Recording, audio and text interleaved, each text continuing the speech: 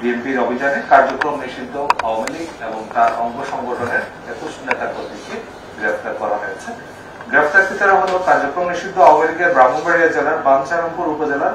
ফরদাবাদ ইউনিয়নের সাধারণ সম্পাদক মোহাম্মদ দেলোয়ার হোসেন, ঠাকুরগাঁও জেলার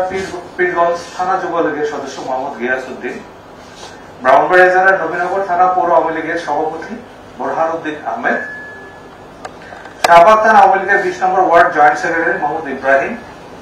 বরানী থানা 20 নম্বর ওয়ার্ড ছাত্রলীগের সহসভাপতি ও ঢাকা মহানগর উত্তরের সদস্য মোহাম্মদ বাদশাহ খান, ছাত্রলীগের কেন্দ্রীয় প্রচার সম্পাদক মোহাম্মদ তরিকুল ইসলাম ওরফে তরিক, আওয়ামী লীগের কেন্দ্রীয় উপকমিটি ও বন ও পরিবেশ বিষয়ক কমিটির সদস্য সাব্বির মজুমদার, ঝালকাঠি জেলার কাঠালিয়া থানা আওয়ামী লীগের সহসভাপতি ও কাঠালিয়া থানার রামপুরা ইউনিয়নের আওয়ামী লীগ সভাপতি মোহাম্মদ জাকির হোসেন ফরাজি, ভোলা জেলার চরফেশন উপজেলা আওয়ামী লীগের সাংগঠনিক সম্পাদক মোহাম্মদ মোর্শেদ, ঢাকা মহানগর উত্তর শ্রমিক লীগের সহসভাপতি আনিসুর রহমান ইফলু, উত্তরখান থানা আওয়ামী লীগের কর্মপরিষদের সদস্য ও ঢাকা উত্তর আওয়ামী লীগ কাজপুরা ইউনিটের সাবেক ভারপ্রাপ্ত সভাপতি জাহাঙ্গীর আলম, ছাত্রলীগের বাংলাদেশ টেক্সটাইল বিশ্ববিদ্যালয়ের সাবেক সাধারণ সম্পাদক মোহাম্মদ রেজাউল করিম,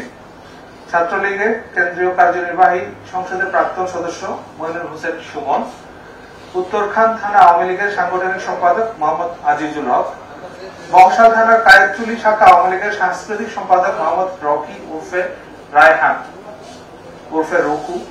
ঝালকাঠি জেলার ঝালকাঠি পৌর আওয়ামী লীগের সভাপতি ও ঝালকাঠি পৌরসভার সাবেক মেয়র লিয়াকত আলী তালুকদার, ঢাকা দক্ষিণ মহানগরীর আওয়ামী মৎস্যজীবী লীগের সিনিয়র সহসভাপতি মাহমুদ শিকদার, ছাত্রলীগের উত্তরা পূর্ব থানা 1 নম্বর ওয়ার্ডের সাধারণ সম্পাদক হামিম আহমেদ ওরফে মিনহাজুল আবেদিন, ঢাকা জেলা আওয়ামী লীগের তথ্য প্রযুক্তি সম্পাদক সান মোহাম্মদ, শ্যামপুর থানা 54 নম্বর ওয়ার্ড স্বেচ্ছাসেবক লীগের সাবেক সভাপতি সাইমন রহমান,